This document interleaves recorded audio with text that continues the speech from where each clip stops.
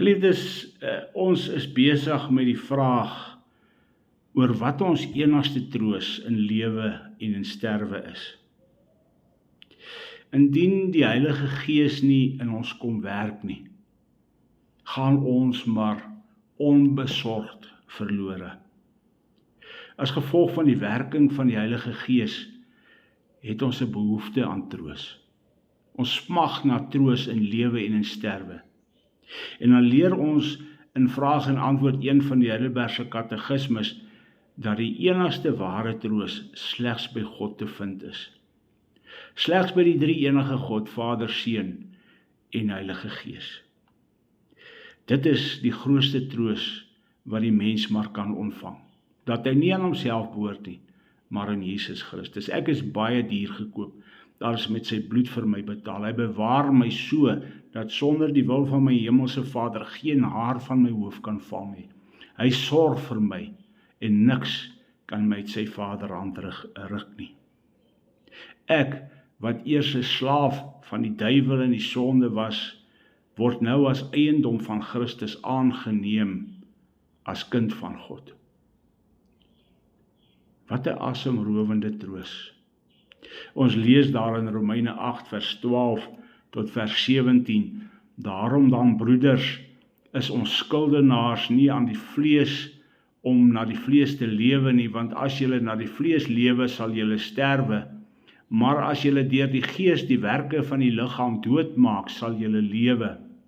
Want almal wat deur die Gees van God gelei word, die is kinders van God. Want julle het nie ontvang 'n gees van slawerny om weer te vrees nie, maar julle het ontvang die gees van aanneming tot kinders, deur wie ons roep Abba, Vader. Die Gees self getuig saam met ons gees dat ons kinders van God is. En as ons kinders is, dan ook erfgename van God en mede-erfgename van Christus, as ons naamlik saam met hom ly, sodat ons ook saam met hom verheerlik kan word. Deel van my enigste troos is die feit dat Christus my deur sy Heilige Gees verseker van die ewige lewe. Ons is geneig om te dink dat die ewige lewe eers na ons dood intree. Die waarheid is egter dat ek die ewige lewe reeds ontvang het by my wedergeboorte.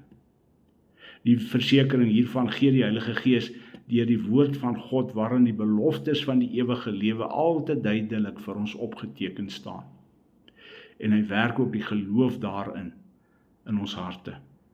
Die Heilige Gees het iets ontsaglik groot binne in my hart gedoen. Hy het as te ware van my 'n nuwe hart gegee, wat nie meer die Satan of myself wil dien nie. Hy het vir my 'n nuwe lewe kom gee. Ek behoort nou aan Christus. Hy het my in my spore laat omdraai van die doodloopstraat wat oor die afgrond van die verderf lei, waarop ek my bevind het. Deur die Heilige Gees het ek tot bekering gekom. En dan is daaglikse bekering ook nodig. Daarin lei hy my ook, want ek is nie onmiddellik volmaak en sonder sonde nie. Selfs die apostel Paulus het getreur oor die feit dat die slegte wat hy nie wil doen nie, hy wel doen.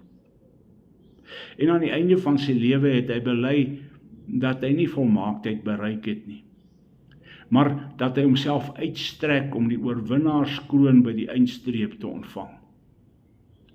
Net soos wat Paulus alles wat deel was van sy lewe voor sy bekering as drek beskou het om Christus as wins te verkry, maak die Heilige Gees my van harte gewillig en bereid om voortaan vir Christus te lewe.